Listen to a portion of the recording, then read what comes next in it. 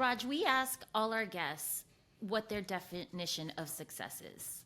It's funny when you're 12, when you're 15, when you're 50, 25, 30, 50, and I'm sure mine will continue to evolve, but I would say a different answer at different points in my life. Mm-hmm. And I'm sure in 5 years I'll have a different answer. Today? Today, it is about having a feeling of self-satisfaction in what you've accomplished, right? It doesn't have anything to do with anything outside of you. And in 20 or 30 years, it will be, are my children happy? It won't be, are they successful? Are they happy? And that will be my definition of success at that point. That's what I suspect. But today, I don't care about their happiness. No, I'm just kidding. It's just, I care. It's more about like this feeling of self-satisfaction with where you are in your own existence. That's success.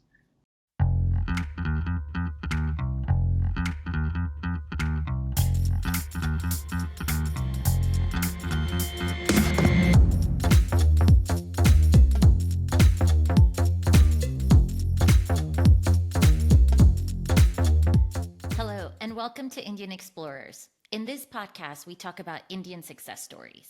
I am Sabrina, and together with my co-host Amit, we will get to understand the journey of our guests and what really drives them. The optimism, patience, idealism, and courage of these explorers is what we want to bring to life in our conversations with them. We hope you enjoy the show. Please subscribe and share it with others, and help us find our next guest. Hi, how's it going? Hi, good morning, Sabrina. How you doing? I feel like we're always doing our pods on Fridays. Always in a good mood. Yeah. Ready for the weekend, right? Yeah, I'm ready for the weekend. I need to sleep. I need to sleep. So you always have something good to talk about. What's on the radar today? I think from what I'm seeing, obviously there's a lot going on in the world. I can't believe the Ukraine war is still going on. And my friend Vivek has been now that he's become popular, he's been really attacked by all corners, which is good to see. But I have a win and a fail. My win, let's go to my fail. My fail is USA basketball. And my win is going to be New York City hotels. Which one do you want to discuss first? Surprise me. You pick. Okay, let's go with the fail because it happened this morning. USA were the favorites to win the World Basketball Tournament organized by FIBA. It's basically an international tournament. Spain got knocked out early. Right. And USA in the earlier games lost a game to Lithuania. And that caused shockwaves around the world. Mm-hmm. And just this morning, they lost in the semifinals to Germany by 2 points. And the reason why it's kind of ironic is because, the athlete, Noah Lyles? Do you know him? Yeah, the track and field star? Yeah, so he's actually a six-time world champion, 100 meter, 200 meter, and the relay, the 4x100. And he, after winning one of his world championship titles, actually said, and I quote, "What hurts me the most is when the NBA team wins, they declare them as world championships." World champion of what? The United States? So I just think it's true. But let me ask you. Yeah. Were you shocked that the U.S. lost today? No. Because they're not sending their best players, right? I mean, it's... Yeah, Steph Curry, LeBron James. The top players in the U.S. are not playing. Yeah, you're right. But that's not the world's fault, is it? None of them are going. Versus the rest of the world. Yeah, of course. But versus the rest of the world, I'm sure they're sending their top players to this tournament. But is that American arrogance that they think they can win without sending their best players? Probably. And then it's also a I don't give a shit attitude where, you know what, maybe this FIBA World Championship isn't as important to us as the Olympics next year, you know? Yeah, I think the people don't like that, right? People think that, yes, the NBA has the world's best players, but they're not different nations playing in the NBA. Therefore, they don't like that the winner of the NBA is declared as the world's best team. And it's similar with the NFL and Yeah. all the American franchise key sports. But anyway, I just thought it was. Yeah, but the I thought it was. NFL isn't drafting players from around the world while the NBA is, right? Our number one draft pick this year is a French guy. So, Yeah, anyway, absolutely right. I interesting agree with you with that. story. Yeah. Yeah. So my win, Sabrina, is New York hotels. I don't know what they've got on the mayor of New York, but it seems like there's a new law that's affected short-term rentals, i.e. Airbnb and even booking.com. It seems that now to stay in an Airbnb in New York City, there's a minimum stay of 30 days. That's one. Mm-hmm. Number two, the host has to also be present during the stay of the guests. Three, you can't lock up a room. The guests have to have access to all the rooms, all the common areas, all the toilets. Wow. Yeah, Okay. right? So basically, you've shut down the Airbnb business, which is Right. 40,000 listings in New York City. That's tremendous. Yeah. So So why do you think they're doing this? Like what is the reason okay, behind it? so the reason, what they've said is that a number of reasons, but number one, there's a lot of transient people and tourists that come and stay in these nice buildings. And when they come, because they're on holiday, they party, they make noise, they Mm-hmm. leave the place a tip. There's disregard to the employees around there. So a lot of riffraff is coming to New York City. And as Airbnb is so much cheaper, not always, than hotels in New York City, try getting a hotel today in Times Square, a good Oh one. yeah.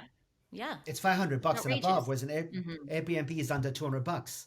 So A is that, but B, what's happening is because there are 40,000 apartments that are part of Airbnb, the supply of these 40,000 apartments are no longer there for actual residents to stay there. So there's a Oh big yes. shortage of houses. What happens when there's a shortage? Prices go up, Prices go up. Yep. right? So rentals have gone up in New York, property prices have gone up in New York, and basically it's become unaffordable. You think this law will remain in place? Well, Or Airbnb has gone after the state of New York twice okay. legally, and both times, the cases were dismissed. It didn't actually go to trial. Yeah. So I think we're going to have to wait and see if rental prices goes down. But I tell you what is going to go up is hotel rates, which is Yeah. why I said Oh, significantly. Yes. my win is hotels in New York City. And I So was let just me curious. Yeah, go Mhm. for it. I was going to tell you, so, as someone who uses Airbnb, I've stayed in, really nice places where I'm impressed, and I'm like, oh, this was really comfortable, or when you were the group of people. But right across the street from my house, um, they are, this family from Mexico owns the house. They live in Mexico, and they use it as an Airbnb. Yeah. Most of the time, the people have been, respectful in the neighborhood, but there's been, at least twice where there have been loud parties, trash on the front lawn. It's been a mess. And also for safety, right? I was concerned, like, I have a little girl and maybe she wants to play outside, but I don't know who's staying across the street this weekend. So, part of me I understands get that. where New York City and other cities will probably follow now are coming from, but man, you're going to hurt a lot of people's income. Yeah, and a lot of people rely on that income to pay for Absolutely. their tuition, for their holidays, even their Yeah. mortgage. I was going to say So, their mortgage is probably the first thing. Like, what's going to yeah, happen now? guess what percentage of income Airbnb generates in America, or say North America? Income for the person So, owning so, the. so the revenue. No, no, no. Okay. So I'm not Oh, talking about the company, Airbnb. I'm not talking about the hosts or the guests. I'm talking okay. about the business, Airbnb. What percentage of their revenue Revenue. last year came from North America? Ooh. Every time you ask me these questions, I come up with a ludicrous answer. So That's why I ask you. I'm going to say 60%, 65%. Not bad. I think in 2022 it was 52%. Okay. So maybe now it's 60. Who knows? Yeah. So more than Um, half comes from North America. yes. So what they're saying is that New York City generates around 85 million US dollars of business to Airbnb in a year. Airbnb today is valued at around 85, 90 billion dollars. Okay. So New York City represents 0.1, Mm-hmm. 0.1%. It was 0.1? 85 million by 85 billion is about You get the point. 0.1%, Yeah. right? So is it 1%? Anyway, we don't do I public was going to maths. say 1%. I think it's 0.1. But anyway, if whoever's wrong, we'll beep it out. All right, let's just leave it at that. So I thought it was interesting. Hey, as Indians, I'm a little disappointed in our math right now. Yeah. 85 million divided by No, you 85 said billion. 85. Yeah. 85 million. So million and billion, difference of 3 zeros. So 1 divided, yeah, it's 0.1. It's 0.1. It's correct. 0.1, yeah. Yeah. Anyway, let's hope we're right. If not, hopefully there's a viewer out there who can correct us. Yeah, I think we're going to just wait and see what's going to happen. I think Yeah. it's interesting. I don't think Yeah. other cities are going to jump right away.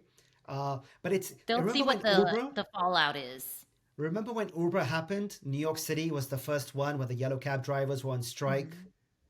And then eventually they found a solution with the state and the Yes. taxi companies. So I think eventually they'll find a solution because there are too many apartments now that have been bought just for Airbnb's business. Yeah, I think it's not just revenue to the company, but to individuals who use Airbnb services, you know? Correct. Anyway, I thought there were two interesting points to start the day. Should we introduce the Absolutely. guest? Absolutely. Let's do it. Okay, today we have Dr. Rajiv Rajani. He is a board certified orthopedic surgeon and orthopedic oncologist.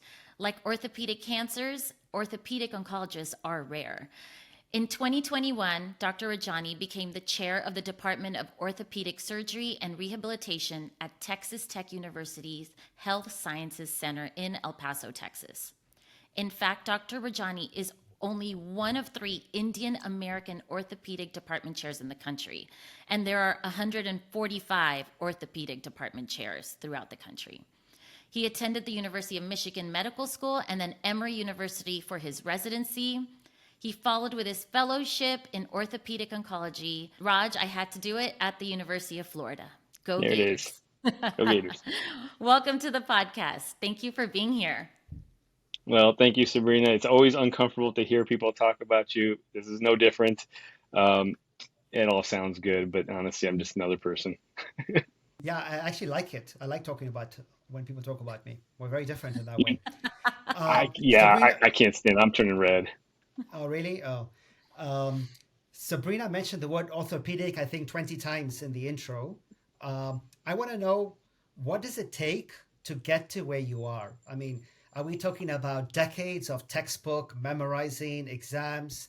Like, I want to get into your work ethic and your journey. Can you explain that to us? What does one do to become an orthopedic surgeon? Well, thanks for having me, and I appreciate that question. And I'll say that I'm a little different. I think that's why you're having me on. Is I'm probably not the traditional. I'm sort of the what I would describe as the non-traditional traditional person. And we have friends, family. If you're Indian, you know people that went into medicine. It's a pretty traditional path for all My of us, and we sister-in-law. grew up. My sister-in-law There is you a go. neonatologist. That's right. And it's it's influenced by our community and where we grew up. It's considered a very acceptable field in Indian culture. And so I was heavily influenced by my parents. Now, I was interested in not doing medicine most of my career. I actually worked at Disney World when I was in college. I was very much in a business mindset. I had an economics degree. I was in the honors economics program at Michigan, which is honestly probably one of the best econ departments in the country. And I always had a business acumen. But for me, once I got, I realized I was really good at a few things. And that mostly was sort of just natural inclination about process and curiosity. And I think that is different than a lot of people that we all know that are in medicine, which go and you say, hey, you're going to have a lot of late night studying. You go to undergrad, you obviously do well. That's on standardized tests and grades. But then you get to med school, and I think everyone's a little different there. People come and are very much. You're going to stay up all night. You're going to have even in your first 2 years where most of it's book work. I used to actually set a rule. I had a roommate, my best friend in med school, and our exams were on Monday morning at 7 a.m. pretty much every week during our first year. And so your weekends are kind of ruined, but I would always say at 6 p.m., or excuse me, 6 or 7 p.m. on Sunday night, I said, I'm done. I've studied all this week and I'm just going to relax. And actually, what I used to use as my sort of time point was The Simpsons would come on Sunday evening, and that would be my time point. I'm like, I'm done studying now. And I would say I'm making a point to watch it. And it was just different than a lot of my colleagues because I said, I'm okay getting a 90 or 92 or 94. I don't think I'm sacrificing patient care as opposed to just beating myself into the ground over 2 or 3 points. And I did pretty well. So go to that. That's med school. You obviously have to do reasonably well. Take a bunch of board exams during med school to graduate from there. And then you apply to residency. And orthopedic surgery is a 5-year program at most places. And you do 5 years of learning the craft of orthopedic surgery, both operative and non-operative treatments. And most people after that in orthopedic surgery will do a fellowship. And a fellowship's another year or 2 of training in a specialty. Most of that's on hand, hands-on. It's not books. You still have to read books, you still have to study stuff, but and then you go into practice. And that was the path I took. That seems to me like a long, hard journey. Yeah. You mentioned Disney. I think Bob Iger actually needs help right now with the way Disney is going. He called me on my cell phone. I haven't called him back yet. What were you doing at Disney?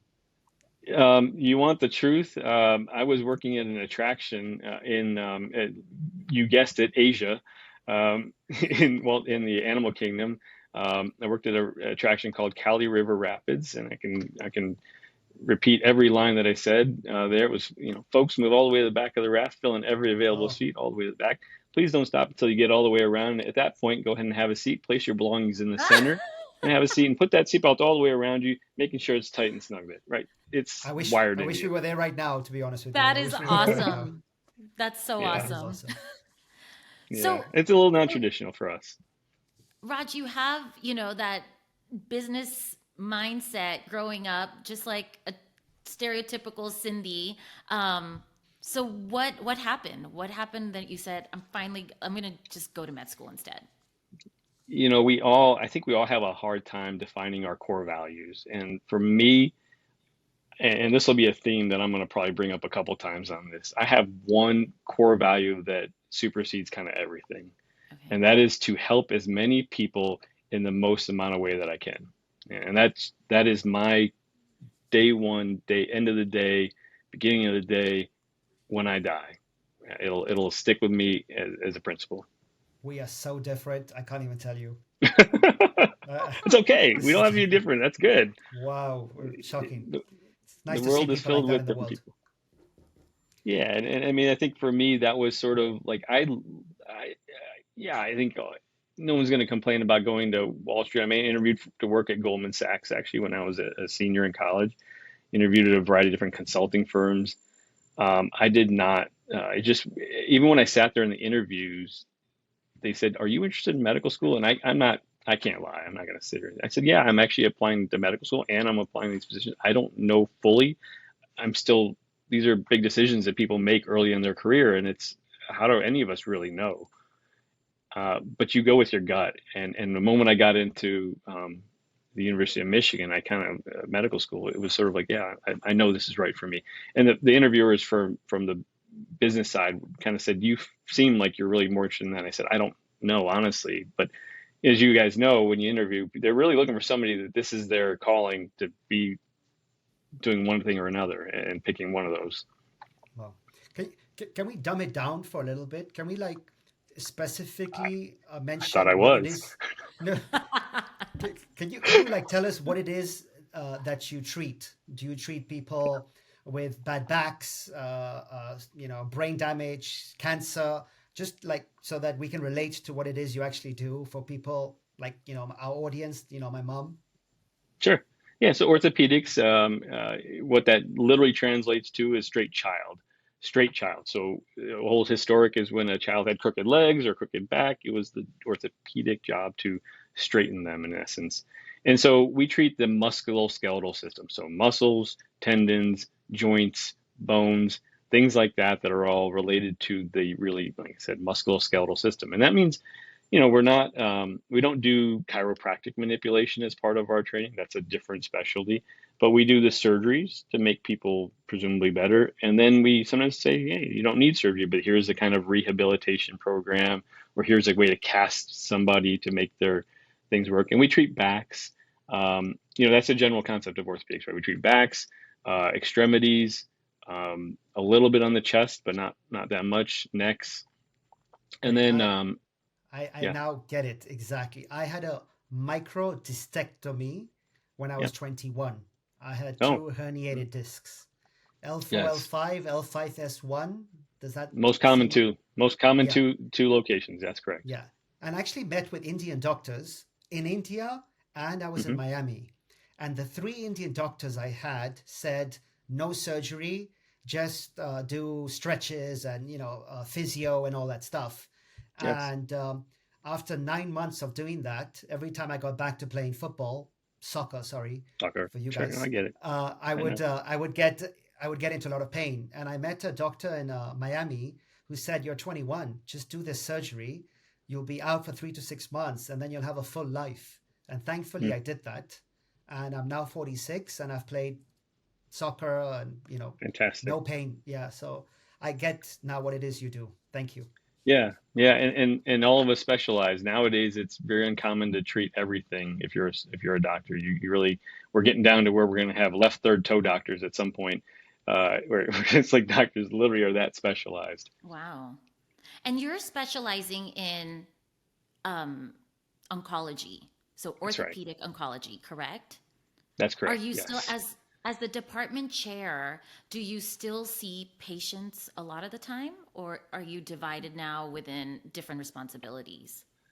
Yeah, for me personally, I'm too young to give up seeing patients. I mean, again, it goes back to the same concept. If there's somebody is in need, that's, I don't want to say it's a calling, it's a little too heroic, but I would say, gosh, you have this skill. You went through all this years of training, all this effort to do what, right? So you can't just run a department and manage and lead. You have to be able to be on essentially the front line, taking care of patients. How do you know what the problems are if you're not really enlisted or involved in that? So yeah, I still see patients. I saw on Wednesday, which was 2 days ago, saw 48 patients scheduled in my clinic all day. So that's a pretty healthy list.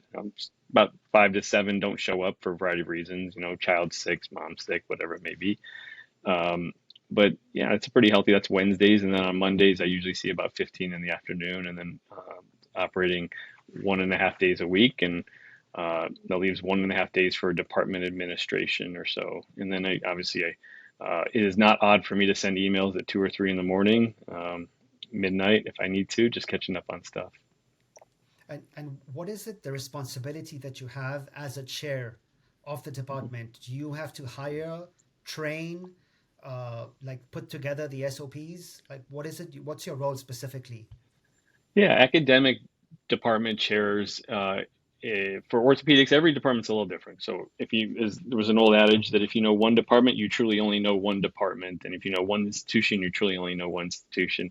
So here, they're all a little bit different. How the finances flow and all that. So basically, it is a leadership position. So in the department, we have surgeons, we have staff, we have nurses, we have medical assistants, we have a clinic, we have a training program, residency training program. We work with the medical students. Yes, all of that. So it's overseeing all that, but more importantly, leading it and then doing all the things that go with that, which includes, I can't do all those things. So finding the right people and putting me in the right place to succeed in those. And then also finances, by the way, that's another part you have to kind of keep up, because I'm running a budget then every year too. Sure. So this is where your business sense came in, because you didn't study this, right? Or you studied it in undergrad, you took economics and all that, but that's where the business sense comes in. That's right. And as you may know, there are a lot more physicians nowadays that are realizing they're getting their master's in business administration, or they're getting their MPH or other things to sort of augment their skill set so they get a better understanding.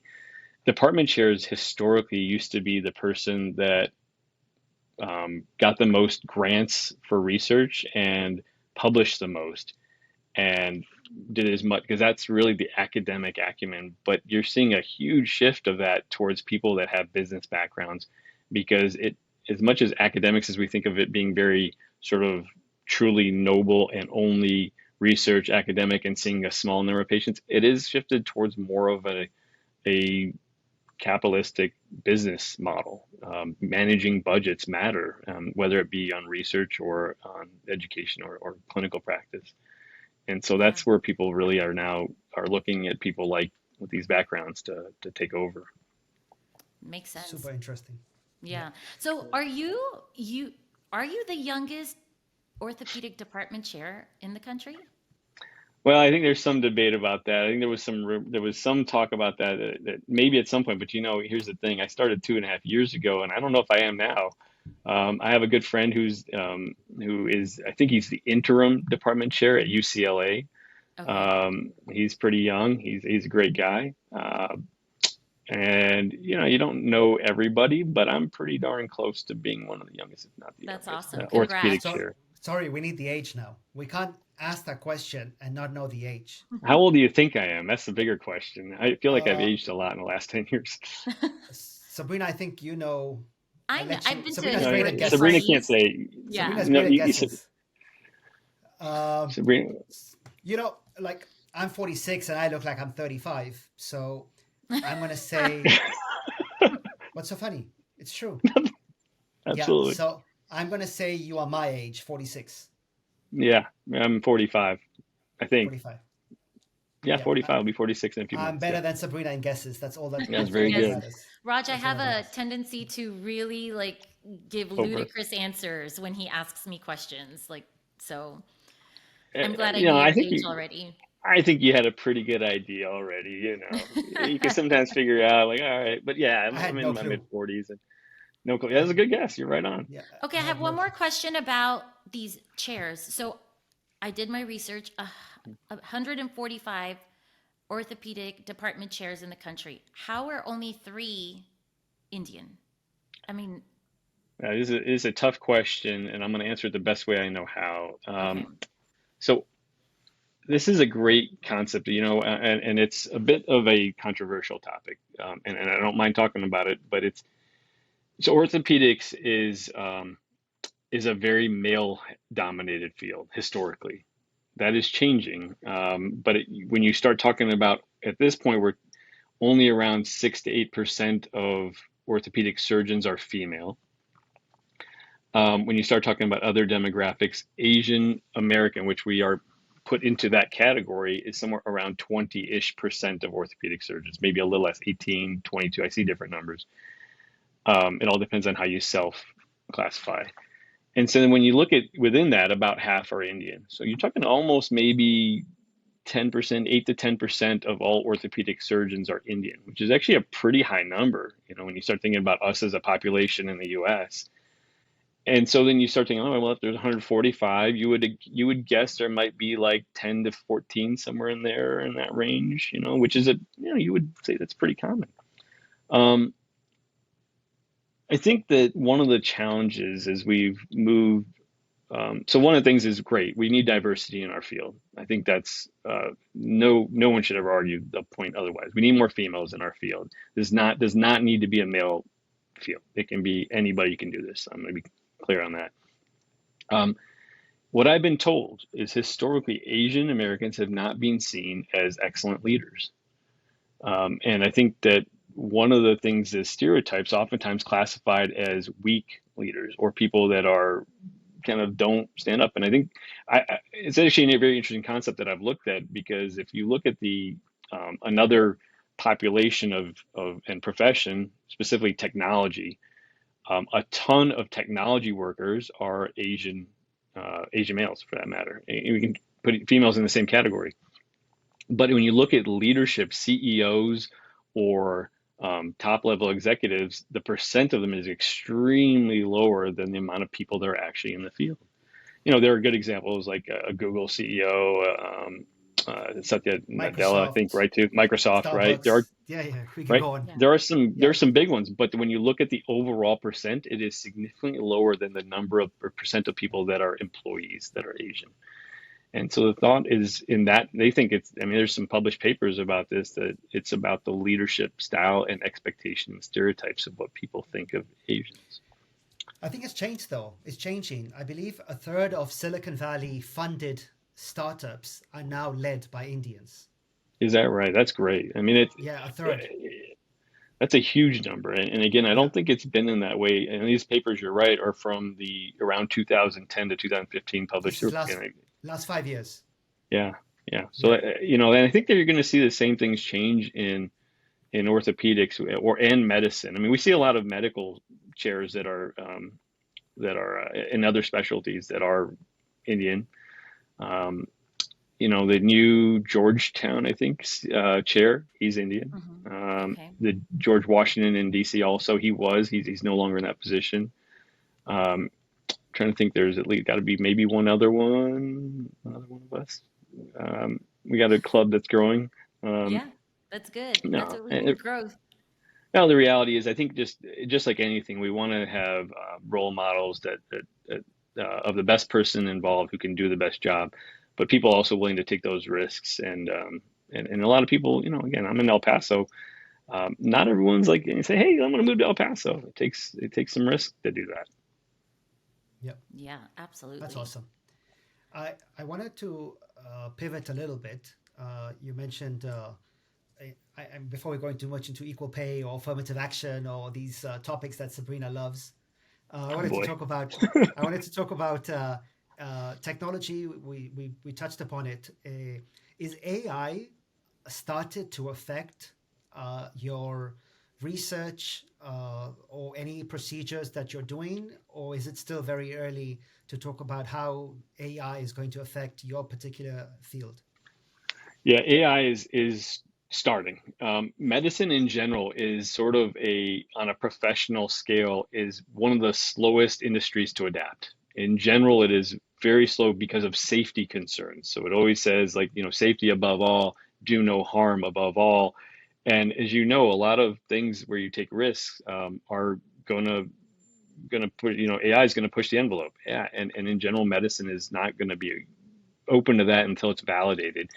Where we're seeing AI, and I'll talk a little bit about a couple of things that are starting to. So it's not quite AI, but I'll talk about other technologies maybe, and it'll segue into AI. So when you're doing a knee replacement now, it is very common now for people to use robotic surgery to assist in that. And that's a start where you can basically, you get the patient's imaging ahead of time. And in the old fashioned and older way, which I still do that way because that's the way I was trained on, you do your measurements, you set it up, you do a lot of little permutations in the OR manually, knowing how to do it because you've been trained that way. And you don't leave the OR until you kind of get it right. It takes a little longer, but you make it right. Whereas now people basically scan in imaging ahead of time, you plug it into a system, you bring in this big, special, expensive robot that comes into the operating room, and you wheel it in, and it has sterile coverings, and you put these markings onto the patient. And then it basically, you take the drill, you put your hand on the drill that is positioned in the robot, and you move it in there, and then you push the button, and it basically does the saw cut for you where it's supposed to go, and it will not let you go beyond where you're supposed to go based off of to balance a knee or something like that. And it's like you see it on the screen that says, okay, I'm pretty much through there. And the button will stop you. Yeah. I want the name of that robot. Is it a Japanese company? I want to start buying stocks already. Yeah, no, and it's very common. There's a few companies now, and this is the big push now. So you missed the boat on that. But the question is it better, right? And so what we see now with trainees that are coming out that only trained on a robot, when you tell them you don't have a robot, which is this $1 million tool, what are you capable of doing the same surgery? And unfortunately they're not. And so this is a shift that's going to happen where this generation where I'm at that didn't quite train on robots and now are adapting to it are going to have to learn it. And the next generation, if we are going to be forced to use it because they don't have the skill set maybe to handle that. Not as well. Again, most things they'll be able to handle, but sometimes not. And so we're using more technology in the operating room. Cancer, which is part of one of my specialties, we're using AI to detect cancer earlier. So can you find it through different imaging modalities? Now, I'll say this is an interesting concept also because There are very few specialties and fields and professions where technology will truly make people, it should make people better. But in here, radiologists, the doctors who read the images, they've created kind of a conundrum for themselves because they're very technologically savvy, but they're creating this technology that is essentially going to make them unemployable because you don't need them anymore. And so they're saying, hey, how can I find this cancer faster on this test? And you would go to somebody who's really skilled and say, that radiologist who's really good found these things. But if they're making themselves better with AI, they're going to be not really employable anymore. Yeah. They'll be less. But they're still doing it. Not like the actors and writers of Hollywood who That's go on right. strike. They're still doing it. They are they're still helping doing other it. people, They're still right? They working. are. Yeah. They are. Yeah, they are. And Raj, it's an one of- interesting. Yeah. No, go ahead. No, I was just saying it's an interesting thing of how these different professions have to evolve as time goes on and how we use Yeah. new technology to change our abilities. Absolutely. One of your specialties is sarcoma. Can you tell us a little bit, what is sarcoma exactly? Yeah, a lot of people have never heard of sarcoma. It's such a random word and it's not part of our daily lingo. I'm going to make it as simple as I can, which is sarcoma is a cancer. So that's an easy thing for people kind of understand. They really, even though most people really don't want to ask, what is cancer even? So it's this abnormal growth of cells, and it happens in tissues, so not in organs specifically. Now, you can have a sarcoma that grew in the tissue of an organ, but for example, tissues are bone, cartilage, muscle, fat, blood vessels, nerves. But we're not talking about breast tissue. We're not talking about prostate cancer. We're not talking about lung tissue. We're not talking about organs. Not talking about brain. Those are really organs. The organ is the musculoskeletal and the system like that. So cancers that form in those tissues. So for example, if somebody has a lump bigger than a golf ball, those are people that have some. We got to wonder what that is. And those things need to be checked out. A lot of people have little bumps, little benign ones. So we treat sarcoma as a cancer that's actually in the tissues. My sister-in-law actually passed away from sarcoma. She had Oh my.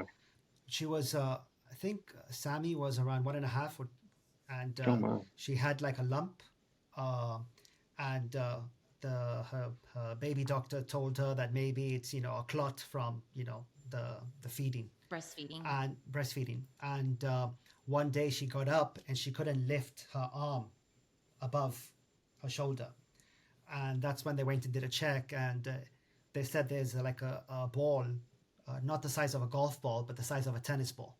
Yeah. And it was stage 4. And I remember went to India. They went to John Hopkins in Houston or something. And we MD tried, Anderson. yeah, they tried lots of things, and a year later, didn't make it. Detected it in stage 4. So I'm very sorry to hear that. And that's unfortunately the sad thing is that's a very common story that we hear, and it's largely related to a lack of knowledge, a lack of exposure, because these are just unusual cancers that happen so relatively rarely compared to the more common cancers. But it's happening now a lot. Within your own friend circle or school circle, every month somebody new has cancer. We had one of Gotham's, my son's school, an 8-year-old kid who went back to France because he had cancer. Another mother in the group in our classroom of 25 parents has cancer. So I think it used to be rare, but now I don't know what's happened to our food or what, but it's happening everywhere now. Yeah, and this is you're asking a great question. Is like, is this real, or is it just that we're diagnosing it more often? Is it our awareness? Is our access to care better, so we are getting people in now? Is it just that we're getting older and now we kind of are aware of it now, and now it's in our population? But I don't have any doubt in my mind there are some environmental factors at play. I mean, there has to be. You definitely can see things in the food, etc. Yeah, exactly. Yeah. Electricity lines. I mean, air quality, plastics. I mean, there's the manufacturing quality of things. Cell phones. Who knows? I mean, I don't want to be Got it. sort of yeah, just making stuff up, but at the Yeah. same time, it has to have some role. I mean, there's no question. We are seeing the incidence rates going up, whether it be better diagnostics or, people used to just be like, oh, I can't, that's, you don't go in for a doctor, just rub some dirt on it, right? And it's okay, but they don't, it seems like we're well beyond that at this point, where people are Yeah. like, we're just seeing it all the time. Raj, I had the privilege of having coffee with your amazing wife yesterday, and I told her we were Yes. going to record today, and she told me that several years ago your cat had sarcoma. She Yeah. texted you a picture of your cat and said, "Oh, look at this little bump," and you spotted it immediately. You said, "I think that's sarcoma." And Yeah, a cat. yeah, she sent me in a cat. Yeah, we had a cat. By the way, I'm horrifically allergic to cats, and she got it anyway. So I hate to say that I caused this and through a evil spell that I cast on it. But yeah, she said, "Hey, there's this little bump on Bailey's hind leg," and she sent me a little, screenshot on I think we had flip phones at that point. I don't even remember. But and I looked and I said, "Oh, that looks like a sarcoma." And she said, "What are you talking about?" And Yeah. cats and dogs and animals actually is where a lot of our research and data comes from because oddly enough, and this is going to be real controversial, there are actually things called vaccine associated sarcomas that you get in animals. And Billy had one in a vaccine in his hind back, basically his rump, basically his backside around his back of his leg. And I was like, that is right in the same location. And I kind of said, Wow. you don't form like bread balls in your tissues unless it's something not usually good. Is Yeah. So that we got to why people biopsy it didn't in. want? Is that why people didn't want to take the COVID vaccine? Because they were scared of the side effects and potential. I think, yeah, I think so. I mean, it clearly played a role for, people were worried about the consequences. And again, I think we all do, given in a long-term unproven model. But, I just side point about COVID vaccines. I think that people, where we're at now, it's very easy to revise history. I mean, we have to look back at where we were and say Yeah, that we were was what we did scared. at that time. Yeah, Yeah. and we didn't have things, and people literally are dying from this left and right. So you kind of have to say, all right, here's one option, here's the other option. Again, now that we see COVID as sort of being a non-aggressive virus in general, not always, but in general, many of our thresholds for taking vaccines or getting a booster are changed. But again, different situation 3-ish years ago, 2, 3 years ago. Yeah. Got it. Raj, we ask all our guests what their definition of success is. So, what is Yeah, your definition of success? it's a good question, and I struggle with this one, just like probably some other people. Um, No, you everyone's know, had a clear answer. clear answer. Yeah, mine's not clear. I'll start with that. Um, it's funny when you're 12, when you're 15, when you're 50, 25, 30, 50, and I'm sure mine will continue to evolve, but I would say a different answer at different points in my life. Hmm. And I'm sure in 5 years I'll have a different answer. Um, Today, Today, it is about having a feeling of self-satisfaction in what you've accomplished, right? I don't, it doesn't have anything to do with anything outside of you. Um, and in 20 or 30 years, it will be, are my children happy? It won't be, are they successful? Are they happy? And that will be my definition of success at that point. That's what I suspect. But today, I don't care about their happiness. No, I'm just kidding. It's just, I care. It's more about like this feeling of self-satisfaction with where you are in your own existence. That's success, right? And I don't, it has nothing to, again, with job. It doesn't have to do with, it might, but personal life, family, whatever it may be. Okay, I nice like one. that.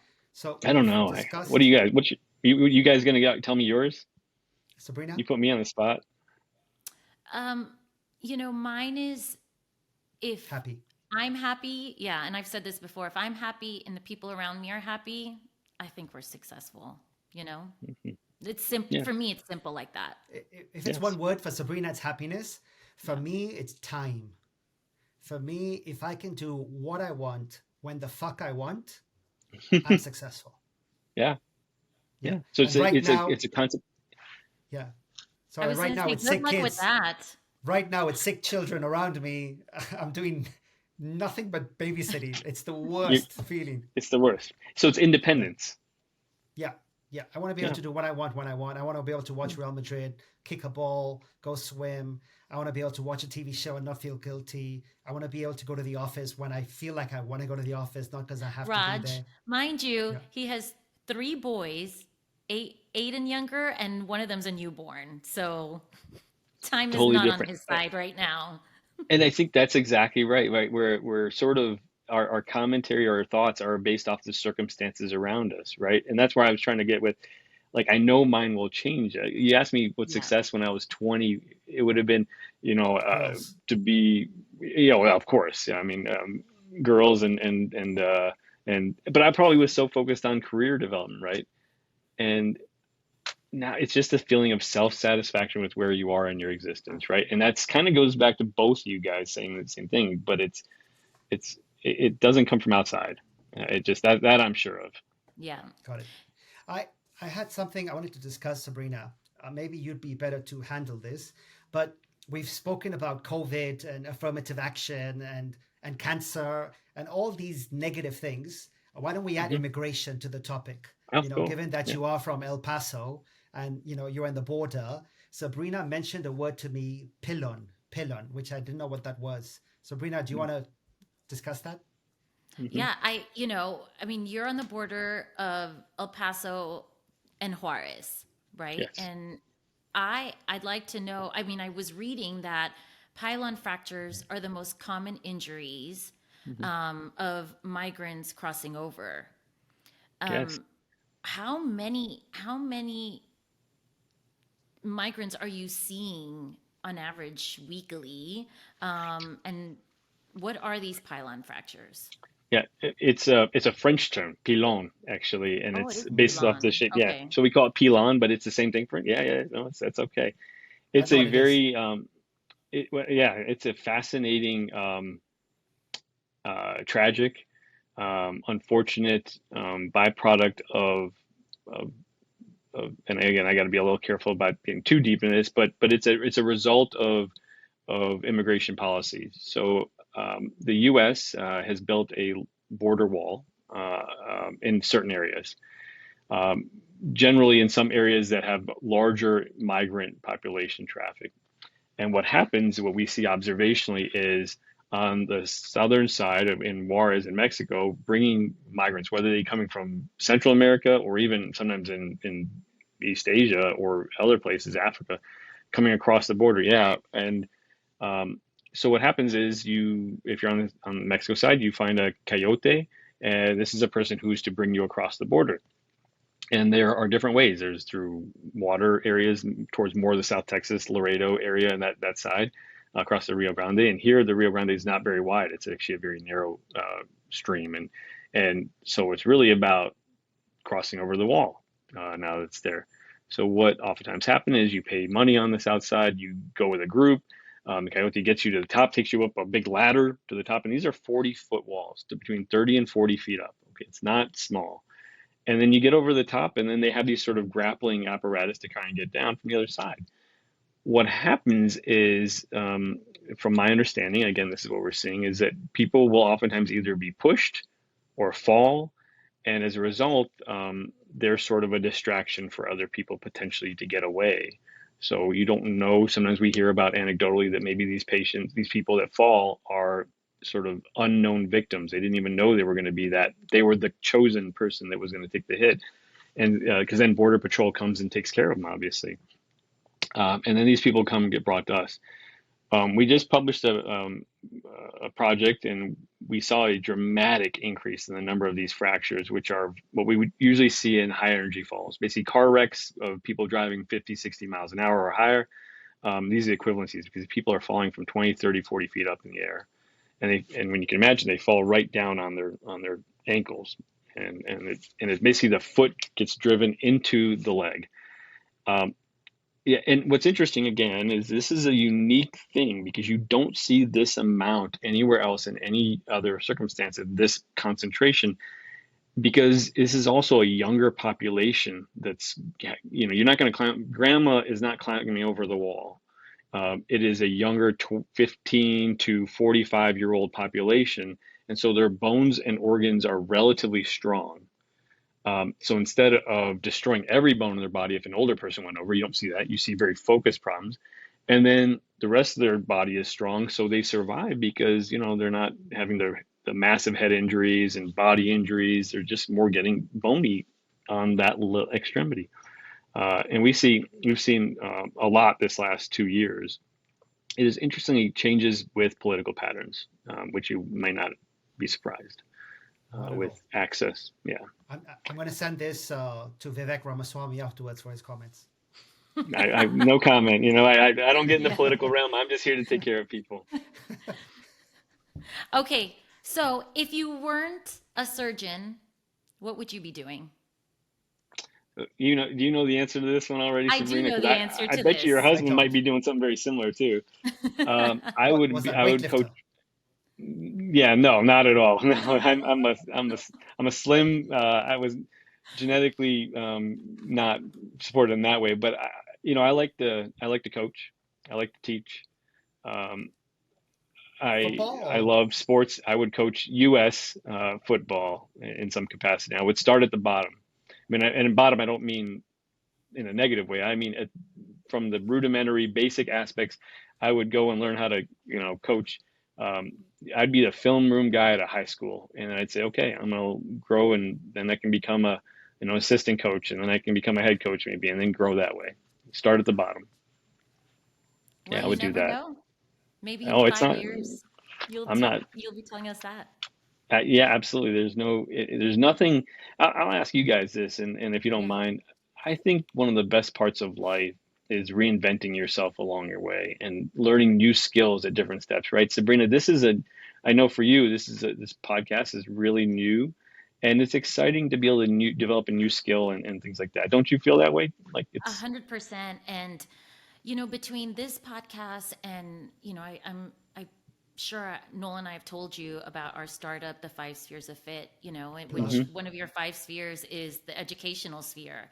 And these last 6 months, I feel like I am enriching my educational sphere in so many ways. I've met so many people through this podcast and learned about so many industries, learning about this startup that we're doing and what I need to do to get it going. I mean, it's just, I love it. I'm 46 as well, and I'm just have all this knowledge being thrown at me, and it's exhilarating. And go ahead. No, I talk too much. So for me, the talking part of the podcast is not a new skill.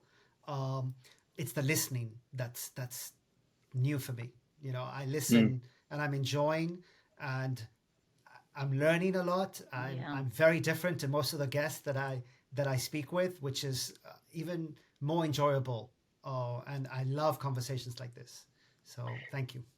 And it's just, you become so comfortable. I don't mean you, but one becomes so comfortable with what you're doing that, and many times I think people find a lack of self-satisfaction again from being stagnant, right? And it doesn't mean you got to throw everything out, but just to be able to say, hey, I'm doing different surgeries here than I did in my previous practice, right? I'm being a department chair.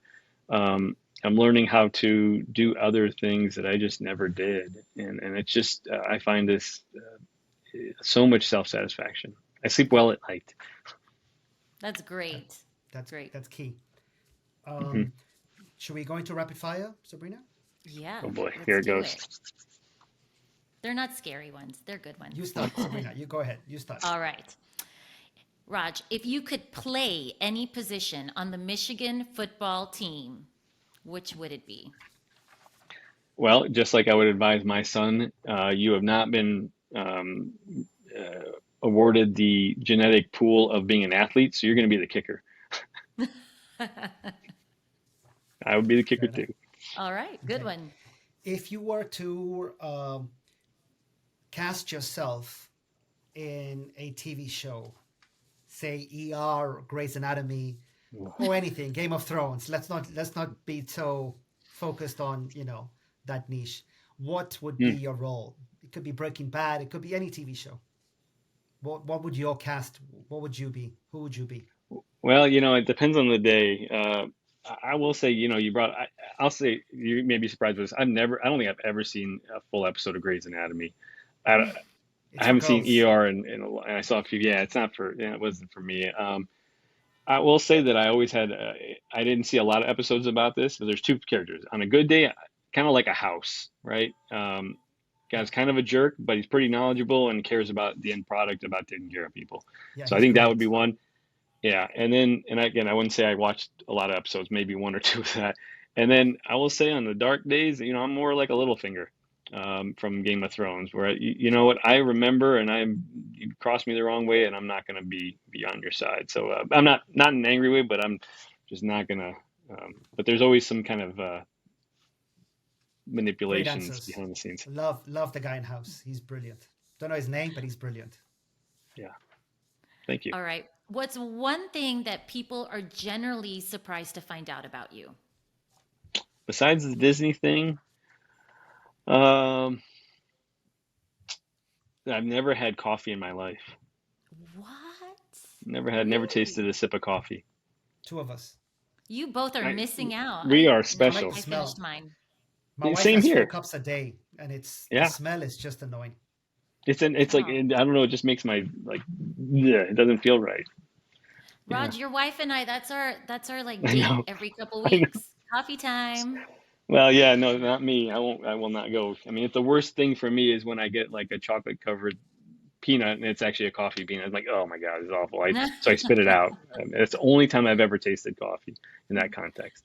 Okay, I learned something about you yesterday that I was surprised to learn is Uh-oh. that you are a juggler. Like you juggle well. Oh, I used to. I mean, that's very generous of her to say that but I I could juggle some simple objects How reasonably Like many well. at a three, time? like Oh, three at a I time. haven't done it. I used to juggle more. It would be four, and rarely five, but three is pretty straightforward. Three balls is very easy, and then you can do some tricks with like doing one hand and you go like up and down, like one, two in one hand. You can do stuff like that. But yeah, I think that's and she probably I don't know if she told you this, but I did this started in high school, and I got one of those like the klutz book for juggling. It's like a little book you could buy in the store. And I just remember you just practice. You literally just keep doing it, and then all of a sudden, before you know it, you're better, and you keep getting better, and then you start doing different objects. And again, same concept, just reinventing and keep doing more and getting excited about that, just like most of us do. Yeah, very cool. Um, your fitness routine. Are you a gym guy? Are you a swimmer, hiker, cyclist? What is it that you do to keep yourself fit?